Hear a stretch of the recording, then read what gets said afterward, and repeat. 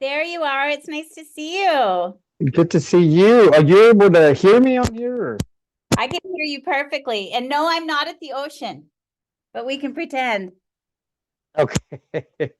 Let's see. I'm trying to figure out how to get this. I can hear you perfectly. Really? Yeah. See. Um, Can you see me? I could see you. okay, you can't. Oh, good. Hmm? Good, good, good. Okay. Well, let's see. Can you hear it? Yeah, I can hear you perfectly. Everything sounds great. Isn't that, thank goodness for technology. Yeah, you ain't kidding. For some reason it sounds hello. Let's see. Does it sound echoey to you? It doesn't sound that way to me, though. You sound okay. Really? It sounds like I'm trying to get it on here, but your default microphone has changed to microphone array into for digital microphones. Well, not sure why that's doing that. Well, you sound good. Maybe just take out your buds, unless you're trying not to hear anybody in the background. Okay, let's see. Well, You're super clear. it is clear. Very clear. Yep. Okay, I can't hear you all that much for some reason, but Maybe it's because you have your earphones in. let's see. Try now. Hi, how are you? Gosh, okay. Well, it's like I'm hearing. Well, maybe I'll just take works. Yeah, Go. usually these work, so I don't know what's going on. Hey, it doesn't matter. Hey, thank you so much for joining me. So, this video is just basically going to be for like mothers and daughters that are going through estrangement. But I also want us to kind of take a look at the ACE trauma test and how those emotions, because I know that from your lecture that I had at Grand Canyon University with you was really clear how those emotions can build up in us if we have those emotions that were caused by the ACE trauma test traumas, or if we don't have them, but people we're interacting with can have those, and how that may have been an influencing marker of estrangement. It could be an influencing marker of how people respond and act and interact with one another. And so I just kind of wanted to, because you're an expert on this research, I kind of wanted to start with just like, tell me a little bit about the ACE. Like, what was your research on the ACE test, and kind of what is it really? Yeah, so the ACEs, I did my research about 10 years ago when Mm-hmm. I was writing my doctoral thesis, and I was trying to understand some of the challenges of first generation pastors like myself who didn't grow up in a Christian home, and they were the first to become Christians and the first to become pastors.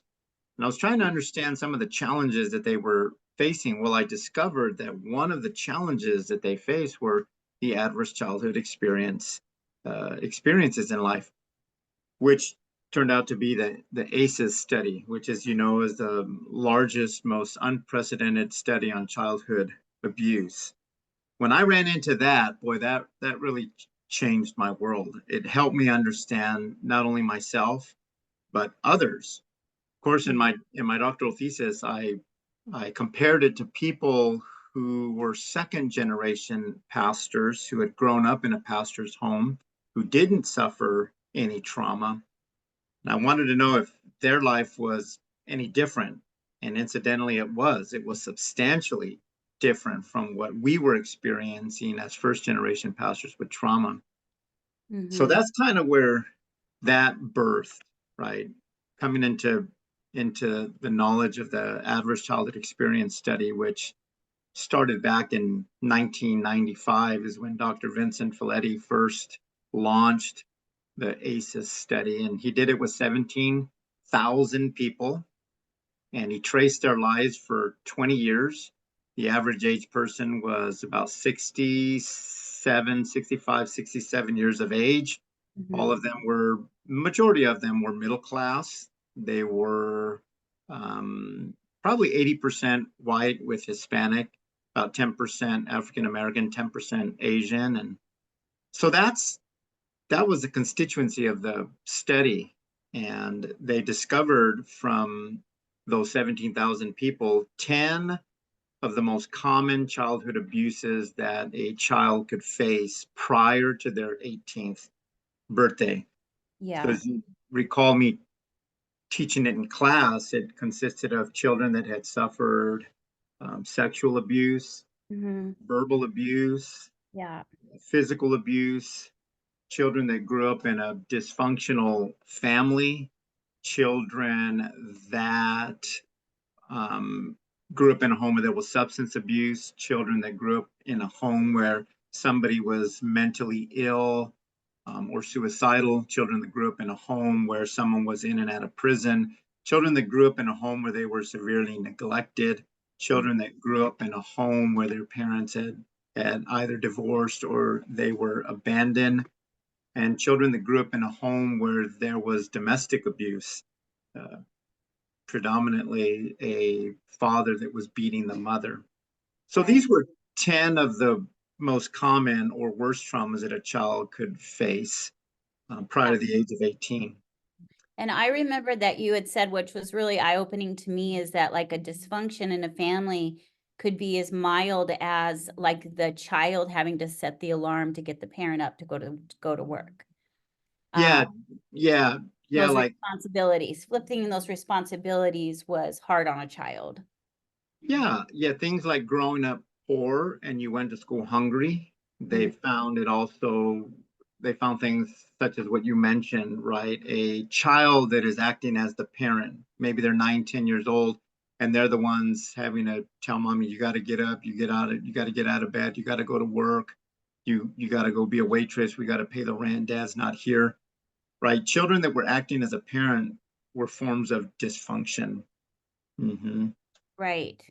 So when one of the other things I was thinking about is like how like somebody's coming out of that first generation of those traumas, how they interact with other people, and some of their problems might actually stem from that, like an emotion, like that came from there, and then they have a real life experience where that emotion from the childhood is brought to the forefront, but they might even not even know that experience is bringing up that emotion, like how that might affect how they problem solve in that moment. Yeah, I mean, it definitely creates what I would call, or what psychologists would call, hypervigilant triggers. We all have triggers. We're all triggered by things, whether we're at Walmart, at the gas station, or at a backyard barbecue, and someone says something or does something and it triggers us.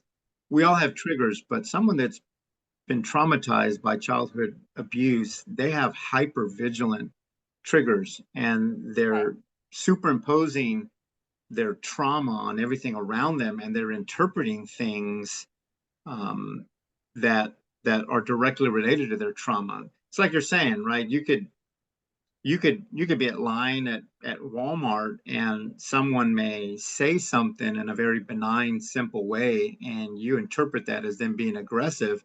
And then next thing you know is your emotions are being stirred towards anger, and now you're shouting at them, and they weren't intending to offend you in any way, shape, or form. But it was your hyper vigilant trigger that caught that and interpreted it in a bad way that made you respond that way. Mhm. And for people that suffer those 10 traumas, especially if you have four or more, the statistics quadrupled with people that had four or more of those traumas. Boy, everything just changed with that. And your hypervigilance just goes out the roof. Right. So vigilance, there's a lot of different careers that could even trigger that, like being a police officer, because you're always, on the lookout. But what I was remembering in classroom, you had said that like even if you had one, by the time you are in your 40s, the probability of you be having some type of a chemical dependency on alcohol or something was substantially higher. Do you remember those statistics? Oh yeah, oh yeah. In response to your first thing, you're right. Like someone like me that has 8 out of 10, I could never be a police officer. My traumas would be triggered all the time. I end up being Right. an aggressive police officer, and we see this today. right? And Or I'm maybe sure you that, would know how everyone feels and you can keep it, be like, oh yeah, this will be all right. I made it through then. I could depends on how far you go, right? With your healing. yeah, I mean, police stations today would be real savvy to interview people that are applying to see how many of the ACEs they have, because the more that they have, in my humble opinion, the less likely they are fit emotionally to be a Right. police officer, because they'll be aggravated and triggered all day long. Right. Anyways, in response to your other one, yeah, I mean, out of the 10, it takes only one trauma to derail a child for life. You only need one. Let me give you a Yeah. simple yet profound, aggressive one. And I've Okay. met them being a pastor for 2 decades Right. in churches. You Right. can have a little girl that was molested from the age of 9 to 11. And let's just say that was the one trauma that she experienced. That one sexual trauma is enough to derail her entire life. She will end up being 50 years old and still on Xanax or Zoloft or amitriptyline or some antidepressant. I've met them. I've counseled them as members of the church. They're people that are serving in the choir. They're people that are ushers. They're greeters. They're leaders over Bible studies. And they're dependent on something because one of those 10 traumas was enough to derail them for life. Well, imagine if you have 4 or more. That's where the statistics really quadrupled. For example, if you have 1 out of the 10, you have an 18% chance of being clinically depressed at some point in your life. That's not a big number. If you have 1, you may have a 1% chance of contemplating suicide. Not that big of a number, but the moment you have 4 or more, everything changes. You now have a 1,220% chance that you will contemplate suicide at some point in your life. The question is that at that point is not if, but when you're going to entertain the ideal of taking your own life. You have a 460% chance, Dr. Vincent Felitti found, 460% chance that you will be chronically depressed at some point in your life. The question at that point is not if, but when you will be depressed.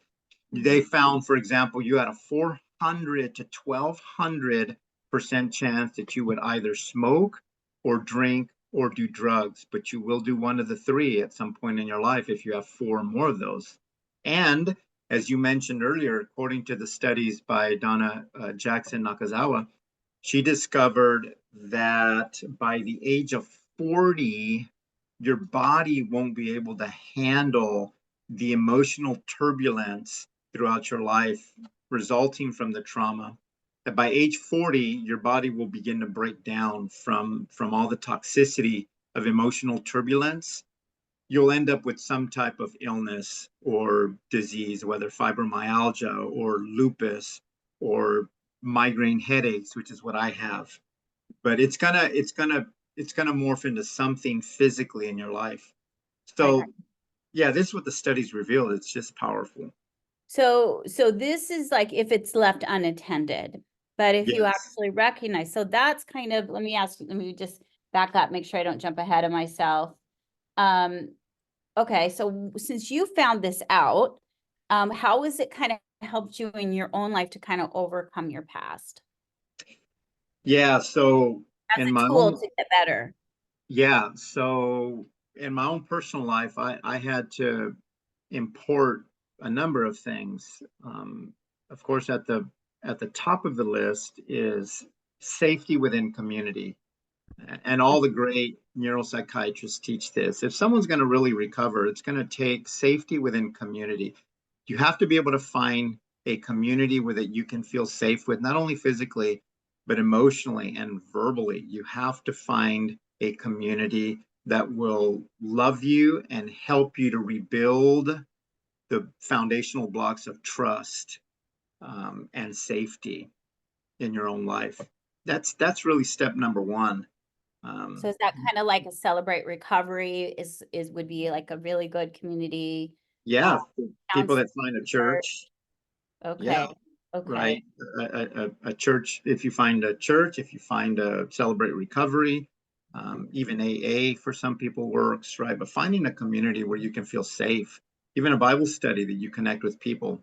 But safety within community is quintessential. Why? Because safety was the first thing to erode in the life of that child. When that child's 6, 7 years of age and dad is coming home and beating that child or beating his mother, or if that little girl at the age of 8 is being molested by her father or grandfather, right? The very first thing to shatter in her life is safety and trust.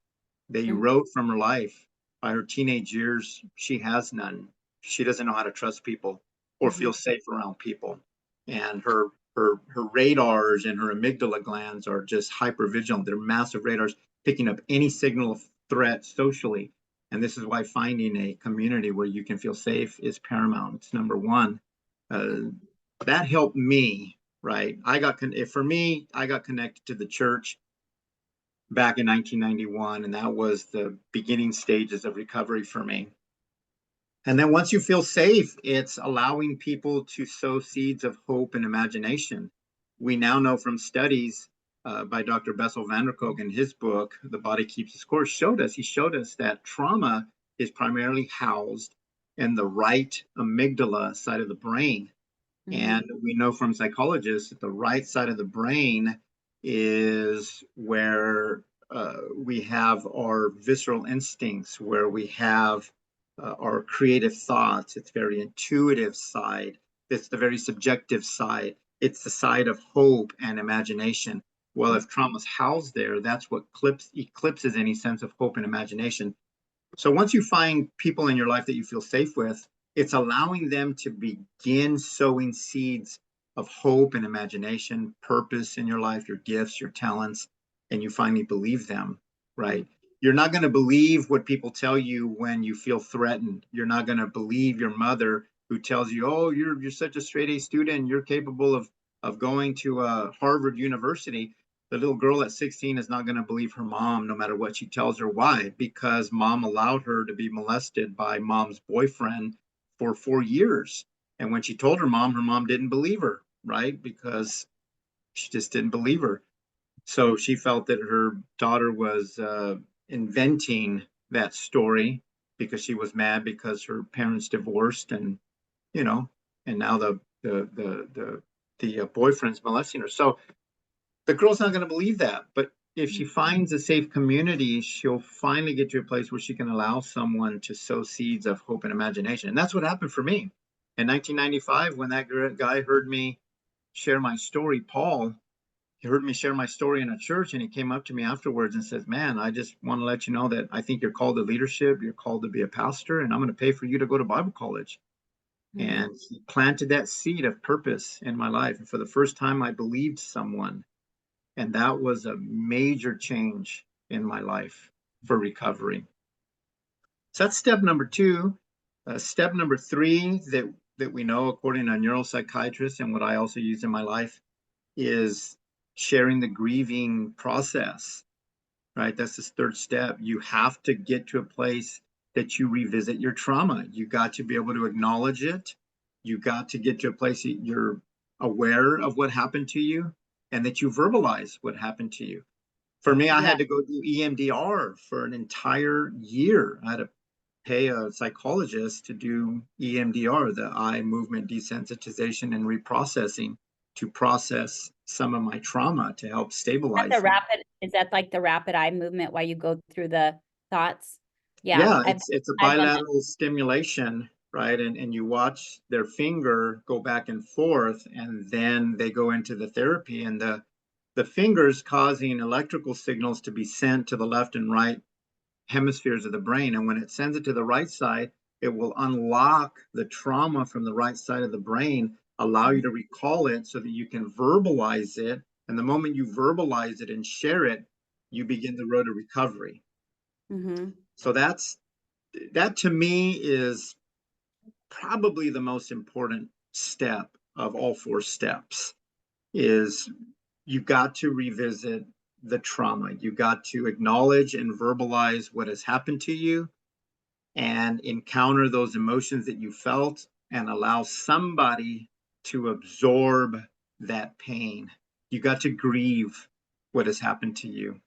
And Dr. Judith Herman is just so profound in this area that has taught us the grieving process. We need to grieve the trauma that has happened to us. But like most children, we learn not to grieve. Why? Well, if I go back to the example with a little girl, when the little girl comes to mommy at the age of 9 and says, Mommy, your boyfriend's molesting me. And mom says, oh, shut up. You're making that up. Don't say that. You're just mad because I divorced your father and you don't want me to marry this guy. So get to your room and don't ever bring that up again and stop crying. You're making it up. The moment Right. mom tells her that, she short circuits that little girl's ability to grieve, right? And she's teaching her that grieving is not good. And the moment the girl does that, that's where a word in psychology that they use, it's called dissociation. That's where the child begins to dissociate. And what she's feeling is in disagreement with what her mind is thinking. Her mind, her mom just told her, is to stop crying, stop grieving, get in your room and stop making that up. But her body is feeling the overwhelming torture of being sexually violated. And so that incongruency between the head and the body is called dissociation. Right. And so, um, people grow up with dissociation, and this is what lends itself to multiple personality disorder and all the other multiple personalities that we end up creating to somehow Manage it. manage this, not only survival while you're a child, but then manage this incongruency in adulthood, right? For example, for me, when I came to my father to tell him that a kid was bullying me in the 2nd grade because I had a stuttering problem, right? My dad said, you just need to go out there and fight with him. Just stop crying, right? You need to man up. You got to be tough. Well, that eliminates a kid's ability to grieve, and that's where dissociation creeps in. Incidentally, that's where shame kicks in, and that's a whole nother discussion. But that ends up growing into adulthood, and so it becomes highly problematic. And the only way to manage that dissociation is through external substances, right? Mm. We need to turn to drugs, or we need to turn to alcohol, or we need to turn to comfort food to be able to manage those feelings. I get you. I get exactly what you're saying. So, but as you go back and you recall those emotions, like once you get in, like I have a community that really helps me, and I can go back and recall an emotion and actually even go back to like the first time I felt that particular emotion. And then I'm like, I can actually sit with, my counselor, and I could do it on my own now because I've done like 3 years with her, where I'm like, oh yeah, I was humiliated. Could it be a teacher? It could have been a friend. It might not even been my parents. And remind myself that, guess what? I did the best I could at the age I was. I can let go of that now. And now, yeah, now it might be the same emotion. Maybe it's humiliation, but yet I can manage it as an adult, and I can think through the process, and I can learn through it. But that took a while to understand it. And it's interesting what you talk about grieving, because nobody likes to grieve. And when I went through my chaplaincy training, we did a lot about grieving and how people didn't realize that love and grief go hand in hand. And just learning how to grieve. I mean, you might, of course you're going to grieve over someone that passes away that you love, but you could even grieve over a move. You can grieve over a lost animal or a sport you can't do anymore. And all those emotions really can get bogged down inside of your body and cause a lot of pain. Yeah, they sure can. And that's why grieving to me is probably the most important step. And of all 4 steps, and I'll share the last step here in a minute, of all 4 steps, that's usually the step that most people skip. They skip that part. Yeah, no one And wants to deal with it. no, they don't want to deal with it. It's too painful. It's too Yeah. overwhelming, Yeah. right? And I can't tell you how many people I've counseled, or I'll do IFS therapy with them. And as soon as we're done, they want to go do a line of cocaine, or they want to go do fentanyl or heroin or something, because they're so overwhelmed by the feelings of revisiting that traumatic experience.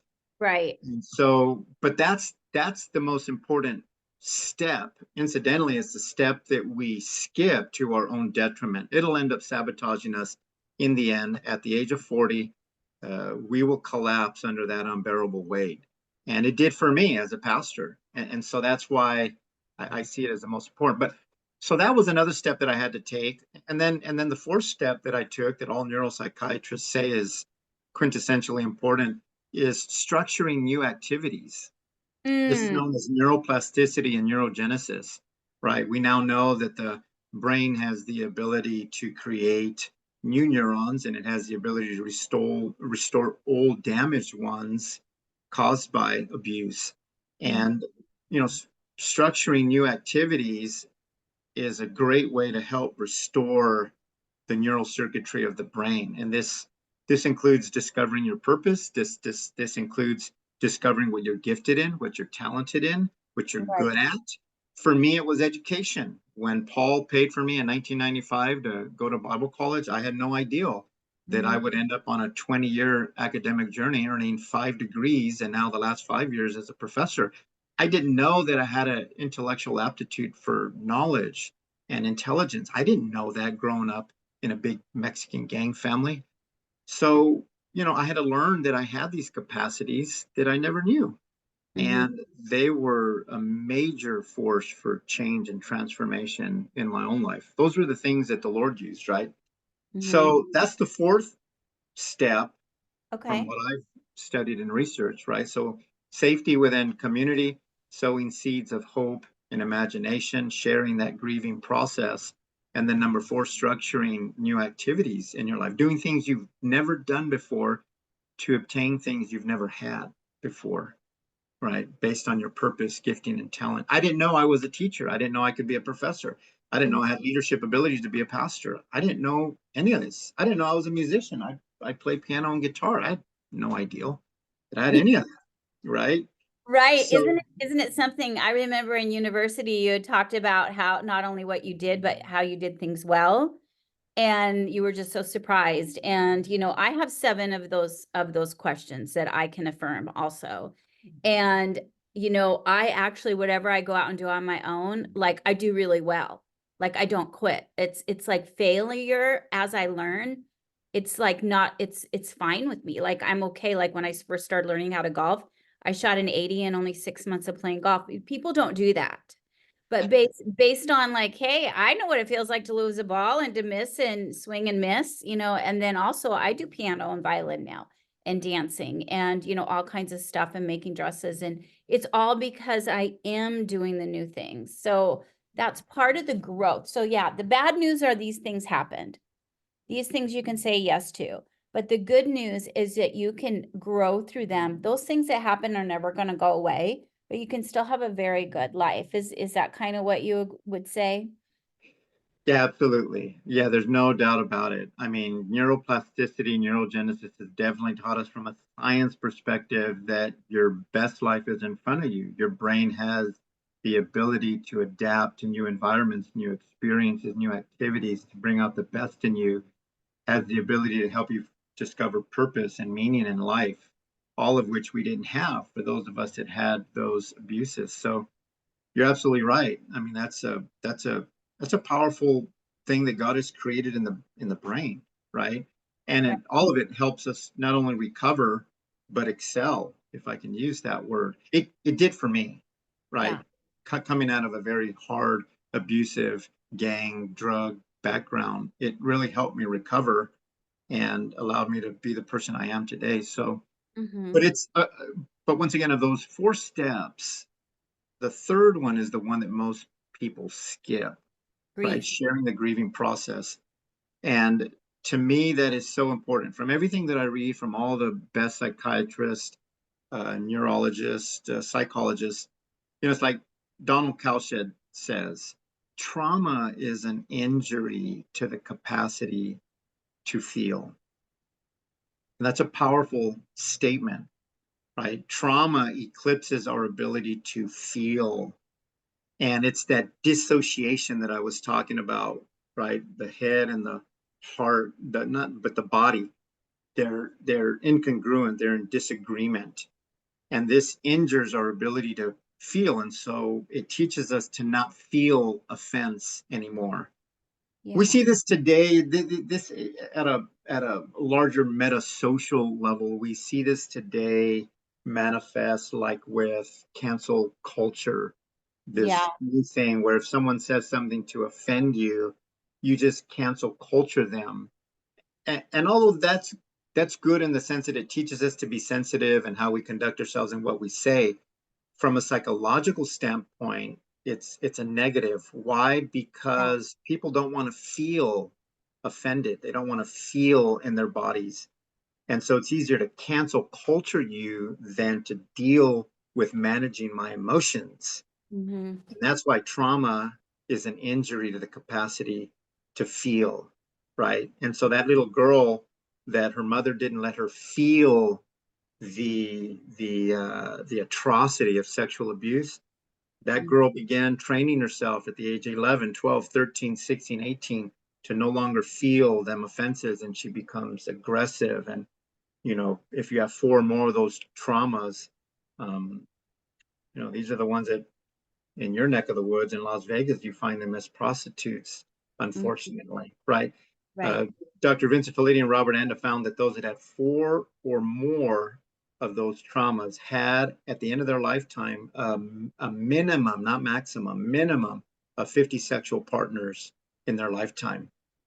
And that's a staggering statistic when you think about it, right? It means that you and I can walk down the Boulevard Strip there in Las Vegas and tap the shoulder of any prostitute or pimp, and they're going to have a minimum of 4 of those traumas. And so trauma is an injury to the capacity to feel. And so we have to numb feeling offense and feeling those turbulent emotions, and we numb that through sex. We numb that through drugs. We numb that through violence. I go into every prison in the state of Tennessee and speak to some of the most hardened criminals. And that's why they're tough. They're tough because they don't want to feel anymore, because trauma is an injury to the capacity to feel. And it's like Donald Cowshed says, the day that you can drive in your car and listen to a song and start crying, you're now beginning to heal. You're beginning to feel in your own body again. Oh. And so the ability to grieve is the ability to heal. It's the ability to get put back into your body to feel human again. Okay. And that's the power of that third step, grieving the trauma, which, like you said, we don't want to do. We'd rather go numb it with alcohol and drugs and sex and everything else, right? Or just overworking or just doing anything to not face it. Yeah. So, okay, so like for my audience that's going to be listening to this, there's moms and daughters that aren't going to be watching this together, but hopefully they're going to be watching it maybe side by side on their own, or as an individual daughter or an individual mom. And maybe the mom or the daughter has never said yes to any of these tests, but yet they've still had pain. What kind of, and for sure they've been around, like the daughter, of course, probably had people at school that was in their influential circle that had these traumas. And the mom might have went to work and was around people that had these traumas. And then the pressure from both of those cultures when they came together inside the home could have made some conflict, because somehow all of us that are estranged had some type of conflict that where we're not allowed to resolve it. We're not allowed to agree that. We're not allowed to talk about it. And so now we're kind of separated. So just like as you're on your own, like as the mom or the daughter on her own that wants to really start just healing her own self, where she is in her own estrangement, even outside of the other person that's not a part of it. Like, would you say the steps are to go through these 4 on your own, journal these, get into community, start writing down the painful things and looking at your grieving? What is that kind of what you would advise? Yeah. I mean, for those that have experienced any one of those traumas, or even a trauma under one of those categories, like you said, bullying, being bullied in school, right, is a trauma under the rubric or the umbrella of those traumas. They may not have experienced firsthand trauma from their family, but they've experienced trauma at some level. Definitely, if they have any element of trauma like that, going through the 4 steps is, to me, critical, right? For mom and daughter. But you're also right. Someone may not have any trauma, but being around people that are traumatized, and end up being traumatized because of a word in psychology they call transference, right? That trauma can get transferred onto you. We see this today with guys that are guards in prisons that may not have any trauma, but because they work in a prison day and night, right, they end up being traumatized. So yeah, that's definitely important if they do have trauma. If they don't have trauma, I think those steps are still critical to just being human, finding a Mm, community that you connect with that understands you, and if possible, a community where someone is able to love you unconditionally is just so important. To love you who you are, the way that you are, yeah. is so important, right? And finding someone that can speak into your life, Mhm. and finding someone that you can share any grievances that you may have with mom or your daughter or anyone else, Mhm. right? And then, as humans, always being on a quest to discovering something new about yourself, I Mhm. just think is important. That fourth step, trying to find something new about yourself so that you learn about you. The more that you can learn about you, the more we can put you back into your body so that you have the full human experience, and that helps eliminate the impact of trauma. Mm. But in terms of coming together between a mother and daughter, if there's trauma, those four steps are important. But we also know that humans are deeply, deeply wired for struggle. Just knowing the fact that we are hardwired for struggle, having a sense of understanding, for the Christian world, we would say having a good theology of suffering, I think is powerful. It's going to help us understand that in this world we struggle and we're hardwired for it. So to be sympathetic and to be empathetic, to be patient, to be understanding, I think is so helpful in a relationship between a mother and a daughter. If one of the two, if in this case the mother has experienced trauma and the relationship with the daughter is somewhat severed, I think helping the daughter understand that hurt people, right? Helping her understand the nature of empathy by trying to put herself in her mother's shoes, um, I think helps. For example, when it finally dawned on me that my mother, who was the primary abuser in me and my brother's lives, when it dawned on me that she had grown up in a Mexican cartel family, 4 out of her 7 brothers were part of a Mexican cartel. My mother was born like number 8 or 9 out of 15. I realized how abused she had been. Mhm. And through that abuse that she suffered, I realized, it's no wonder she was not a good mother. She didn't know how to be a good mother. That Mhm. helped me forgive her. It Mhm. helped me be empathetic towards her. And even though our relationship was strained because she chose to be um, just very antagonistic towards me because I was a Christian, Yeah. it helped me understand her. And I Yeah. think that's a big component for moms and daughters, for daughters to know that, man, my mom was sexually abused. My mom was raped by her grandfather. My mom was beaten constantly by her father. My mom grew up incredibly poor. Any number of things to help the daughter understand her mother is going to help her be more forgiving, more empathetic, and more saying, man, mom, now I know why you treated me this way. I just Mhm. think it helps. Yeah, it's more of an explanation, but not an excuse. I guess that's kind of a, but if you at least have an explanation, then maybe it's a starting point. How about the daughter or the mom that's estranged but can't forgive their own self? Not necessarily the mom or the daughter, like forgiving yourself, like just walking towards the healing of letting yourself free for the mistakes you've made and where you want to go now. Yeah, that's our biggest challenge as humans. That's the biggest challenge that we face as humans, is learning to forgive ourselves from the atrocities we've either done to people, the shame that we've been afflicted with from the atrocities that have been done to us.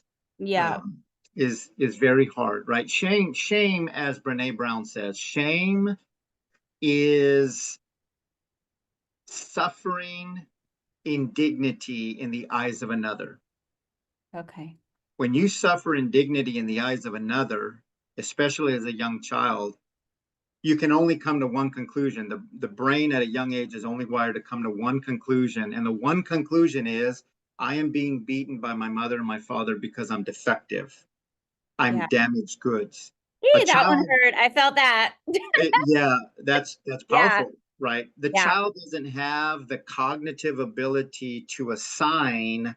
evil or wrongdoing to a parent. A 6-year-old, 7-year-old, 8-year-old doesn't know how to do that. They don't know how to say that mom or dad is evil. They're not wired to do that.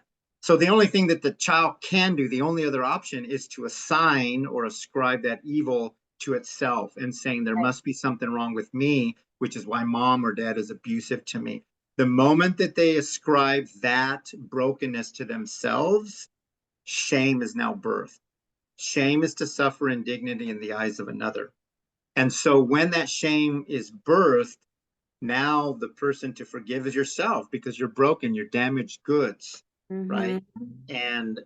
And so to forgive the atrocities that someone else has done to you, that's one thing. But to forgive yourself for the atrocities done to you and the shame it created is another thing. And that is the perennial quest of human dignity, right? Is how do we restore that human dignity to ourselves?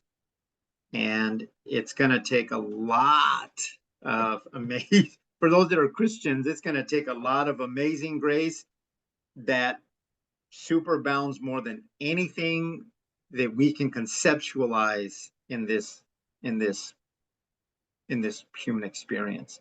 It's not easy. Mm-mm. And I wish we can get into a whole theological discussion here, Jody, because I just think that this is the main place we're going to find this. If you can't find a human to love you unconditionally, It's hard to love then yourself. yeah, it's hard to love yourself. It's got to come from a divine element, but that's not easy either, because God is invisible, right? John Right. 4:23, God is spirit. So Right. many times we can't feel him, see him, hear him, or taste him. So it's hard to get that Right. grace to be able to forgive ourselves, right? Right. But it can be done. And it takes work. It takes work, and it takes an agreement with knowing that even though you may have done bad things or you may have thought bad things, you are still, like, the theology part is you're worth dying for because Jesus came to save you. Although you might not be able to see Jesus, not be able to teach, but those scriptures are real. And if you can somehow forgive yourself and say, I did these things, I did them, I wish I wouldn't have, I've forgiven myself, but I also was feeling certain things. I mean, I think about somebody that jumps out of a burning building. They jump out of a burning building to save themselves. And, the way sometimes we've reacted to situations, it's almost like we're on fire with all the pain that we've dealt with, and we're trying to save everybody around us. Well, nobody feels very good about the way we might be saving each other or telling each other what to do. So learning how to forgive yourself in those moments, it's almost like you verbally agree with it, and then it's almost like a magical, not magical, but a mystery that you can. So I think all of us moms that are estranged and all of us daughters that are estranged, being able to forgive ourselves even for the estrangement, um, even if it was all someone else's fault, we're still part of the puzzle. And I think it's just a huge part of having moms that can love other moms, having daughters that can love other daughters, and learning how to forgive each other is a huge part of being a safe person, a healed person, to be able to, when our mom or our daughter actually do come back, to not end up estranged again. Right. So that's kind of like the goal for me, is to, when I do get a chance to speak with my daughter again, or I speak with my mom again, I'm hoping that no matter what they've been through, I'm able to forgive myself enough to be able to say, yeah, I might not even remember what you're saying. I literally don't remember, but if you felt that way because of me, then I'm going to admit that somehow I did that. Right. I might not remember it, and I'm sorry. And unfortunately, then they'll have to make a decision, and so will you. Yeah. Yeah. Once again, that is the perennial quest of humanity, right? Is that search Mhm. for dignity and to be able to forgive yourself. And Yeah, that's not easy. That's not easy to do. It takes time. It takes a lot of time. It Mhm. takes a lot of coming to terms with who you are, right? Not Right. only the awareness of your own brokenness and humanness, but the ability to understand that it's how you are wired. Even if we're Christians, we are hardwired for struggle. Yeah, And and we can right, have full form no matter who we are. right. We're deeply broken. And so I think understanding that helps us to love each other better. And that's why, I like what Brene Brown says here as well. She says that, vulnerability is the antidote to shame. Right. Shame is what really drives us in almost everything we do. And trauma is what causes the shame, right? Yeah. But vulnerability is the antidote to shame, because vulnerability, as the Latin verb vulnere, means to wound. And so Mhm. when I am vulnerable, when you're vulnerable, we're allowing ourselves we're open to scrutiny. We're open to being wounded. We're Mhm. displaying our brokenness. We're displaying our weaknesses, right? Mhm. And this is why I think it was Henry Nouwen, the great Catholic philosopher, that said, people identify more with our weaknesses than our accomplishments. Right. And and so a way to forgive ourselves is to learn to be vulnerable, but that's Right. hard for Americans because we live under such scrutiny. We're taught by television and the media and Facebook and social media. Everything teaches us to be perfect and to look perfect. And I'm not even talking about the Christian component. I'm just talking about the human perfection that we see Right. on television, Netflix, movie stars, music performers, you name it. Everything is with perfection. The Justin Biebers and all the people that have their hair and makeup and everything perfect. And so that teaches us, so to speak, to not be vulnerable. Mhm. But as Brene Brown says, if we're going to get to a place that we forgive ourselves and we dispel shame, we must learn to be vulnerable. But this is not easy. Even in Bible studies, people don't go into a Bible study talking about God, sharing about their weaknesses. Why? Because, the church hasn't fully understood the breadth and depth of grace. And Mhm. so we're still kind of legalistic in many areas, which is a detriment to our shame, our recovery from shame. Mhm. But we need to learn to be vulnerable. And personally, between you and I think this is why God allows in certain eras for society to break forth with new unconventional things that challenge the church, Mhm. whether it be homosexuality or whether it be transgender or anything. Now, while we're not saying it's right, what we're saying is I think it's one of God's instruments to teach the church levels of grace that we've never understood before. And love. Yeah. Yeah, and love, so that we can learn to become vulnerable. So that in becoming vulnerable, we learn to forgive ourselves because we're displaying our own weaknesses at our own initiative. And in learning to forgive ourselves, we learn to forgive others. Why? Because Jesus, in essence, by implication, said, love your neighbor as yourself. Well, if you can't forgive yourself, you really think you're going to really ultimately forgive your neighbor? Nope. No, no, you're not. No. And it is so hard. I know that, in my 5 decades of being on earth, I I know people who have made choices that they just deeply regret. And it's difficult to enjoy a moment with them because they don't want to let go of what they did. They can't believe that they can be forgiven. It is a process. It's like healing from a wound. But if you just keep on adding the balm of healing, if you keep on taking care of yourself, you'll eventually get to that place. But it's not easy. No, no. Even Henry Nouwen, the great philosopher of the Catholic Church, said, we may not always have a solution for our tragedy, but what we can do is come to solidarity with suffering and speak from the depth of pain. Yeah. And this is vulnerability, right? This is the essence of vulnerability. I may not have a solution for all the mess that I am, right? But I can come to solidarity with suffering. I can come to terms with who I am, the brokenness of who I am, the atrocities that I've suffered, and the atrocities that I've inflicted others with. I can come to terms with that. I can own it and then speak from the depth of pain, even if I don't have a solution for all of it. And That's right. speaking from the depth of pain, right, that's where people will connect. People connect more with our weaknesses and our accomplishments. So, for example, you have a master's degree. If you walk into Walmart right now, only 3% of society has a master's degree. If there's 100 people in Walmart, only 3 people will be able to identify with you, Jody, because you are a master's student, right? But if you share any element of your brokenness, of any atrocity you have faced in They life, all get it. they all get it. They right? all get it. They all get it. I've been into Walmart before and somebody had complained about something and I said, well, you know, you could worry about that or you could have had this experience that happened to me. They're like, I love this experience I have. They hug me. I'm so proud of you. And I'm like, yeah, you know, Yes, right. And I that's the get it. heartbeat of vulnerability. And vulnerability dispels shame. Dispelling shame helps us to forgive ourselves.